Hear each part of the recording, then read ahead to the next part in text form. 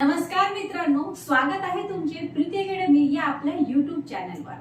आज आपण क्लास 7 मधील चॅप्टर नंबर 4 विज्ञान यामधील सजीवातील पोषण हा भाग आपण अभ्यासत आहोत। या धड्यातील काही भाग हा मागच्या व्हिडिओमध्ये झालेला आहे, त्याच्या पुढचा जो भाग आहे हा या व्हिडिओमध्ये। बघा, लक्ष द्या। पाण्यामध्ये असणाऱ्या सूक्ष्म छिद्रावाटे हवेतील CO2 म्हणजेच काय, ऑक्सिजन हा घेतला जातो आणि पानांवरील छिद्रांना काय म्हटलं जातं, पर्णरंध्रे म्हणतात। ओके।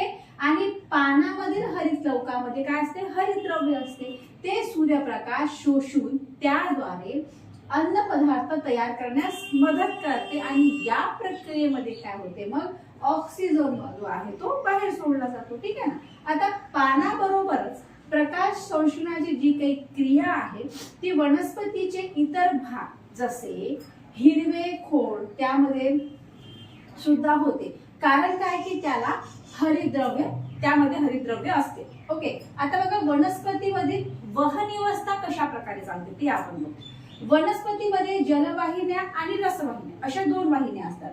ठीक आहे। आता हे दोन वहन व्यवस्था असतात। जलवाहिन्यामार्फत काय होते, मुळांकडून पाणी व क्षार वनस्पतीच्या वरील सर्व भागांकडे पोहोचवले जाते। इकडे बघा, लक्ष द्या। तर प्रकाश संश्लेषणातून काय होते की पानामध्ये तयार झालेले जे काही अन्न आहे, शर्करा आणि अन्य घटक, ते रसवाहिन्यामार्फत वनस्पतीच्या इतर भागाकडे वापरण्यासाठी मग ते व साठवण करण्यासाठी ते वाहून नेले जाते। आता अशा प्रकारची जी काही वहन व्यवस्था आहे ती वनस्पतीमध्ये असली तरी वनस्पतीमध्ये स्वतंत्र पचन संस्था आणि उत्सर्जन ह्या नसतात। ओके। आणि प्रकाश संश्लेषण क्रियेमध्ये वनस्पती कर्बोदके तयार करतात। काय तयार करतात, ते कर्बोदके तयार करतात। कर्बोदके ही काय आहे की कार्बन, हायड्रोजन आणि ऑक्सिजन यापासून तयार होतात। प्रथिने ही कार्बन, हायड्रोजन, ऑक्सिजन व नायट्रोजन पासून बनतात। हवेमध्ये नायट्रोजन वायू रूपात असते, परंतु वनस्पती हा वायू रूपातील नायट्रोजन शोषून घेऊ शकत नाही। बघा, एक वेळेस परत रिपीट करते, तुमच्या लक्षात येईल। आपण काय बघत आहे, आपण चॅप्टर नंबर 4 क्लास 7 विज्ञान यामधला सजीवातील पोषण हा भाग आपण अभ्यासलो। काही भाग मी मागच्या व्हिडिओमध्ये कव्हर केला। आज बघा, आपण म्हणत आहे की पानामध्ये असणारे जे काही सूक्ष्म छिद्र असतात ना, सूक्ष्म ते हवेतील CO2 म्हणजे ऑक्सिजन शोषून घेतला जातो आणि पानावर जे असे छिद्र असतात, लहान लहान जे काही पानामध्ये जे काही छिद्र असतात त्यांना काय म्हटलं जाते, त्यांना पर्णरंध्रे असं म्हटले जाते। तुम्हाला लक्षात ठेवावं लागेल। आता बघा, पानामध्ये जे काही हरित लवक असते ना, हरित लवकामध्ये काय असते, हरितद्रव्य असते आणि ते सूर्यप्रकाशाद्वारे शोषून त्याद्वारे अन्न पदार्थ तयार करण्यास ते मदत करते आणि या प्रक्रियेमध्ये मग काय होते, ऑक्सिजन बाहेर सोडला जातो। आता पानाबरोबरच काय की प्रकाश संश्लेषणाची क्रिया वनस्पतीचे इतर भाग जसे समजा हिरवे खोड वगैरे झाले तर हे सुद्धा करतात, कारण त्यामध्ये हरितद्रव्य असते। आता वनस्पतीची जी काही वहन व्यवस्था आहे ती दोन प्रकारामध्ये होते। कोणत्या या दोन आहे, एक आहे जलवाहिन्या आणि दुसऱ्या आहे रसवाहिन्या।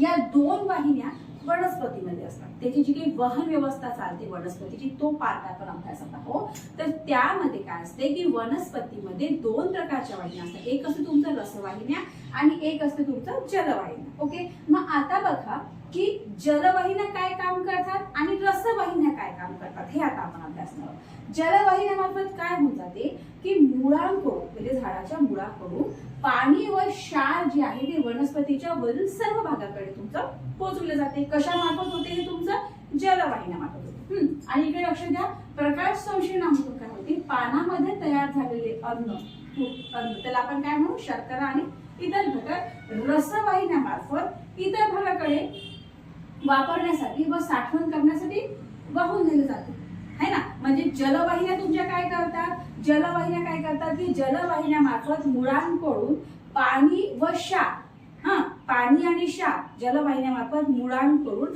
पाणी व क्षार वनस्पतीच्या इतर भागाकडे पोहोचविले जाते। ठीक आहे, हे जलवाहिन्याचं काम आहे। तर रसवाहिन्या तुमच्या काय करतात, प्रकाश संश्लेषणातून पानामध्ये तयार झालेले जे काही अन्न आहे ते रसवाहिन्यामार्फत वनस्पतीच्या इतर भागाकडे वापरण्यासाठी व साठवण करण्यासाठी ते वाहून दिले जाते। आज तुमच्या लक्षात हे दोन प्रकार, जलवाहिन्या रसवाहिन्या यांचं हे काम आहे।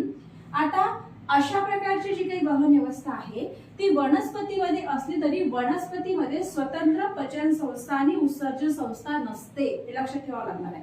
प्रकाश संश्लेषण क्रियेमध्ये काय असते की वनस्पती कर्बोदके तयार करतात आणि कर्बोदके जी असतात ना ही कार्बन, हायड्रोजन व ऑक्सिजन यापासून तयार होतात. हे लक्षात ठेवावं लागणार आहे की कर्बोदके कशापासून तयार होतात तुमचं, तर कार्बन, तुमचं हायड्रोजन आणि ऑक्सिजन यापासून ते कर्बोदके तयार होतात. आणि जे हे प्रथिने असतात ना, प्रथिने हे कोणापासून तयार होतात मग तुमचं, कार्बन, हायड्रोजन आणि ऑक्सिजन आणि नायट्रोजन पासून ती बनतात. हवेमध्ये नायट्रोजन कसा असतो, वायुरूपामध्ये असतो, परंतु वनस्पती हा वायुरूपातील जो काही नायट्रोजन आहे तो शोषून घेऊ शकत नाही. ओके, हा या धड्यामध्ये इथपर्यंत भाग आहे. याच्या पुढील भाग आपण जो आहे तो नेक्स्ट व्हिडिओमध्ये होतो. थांबू आपण इथे. थँक्यू.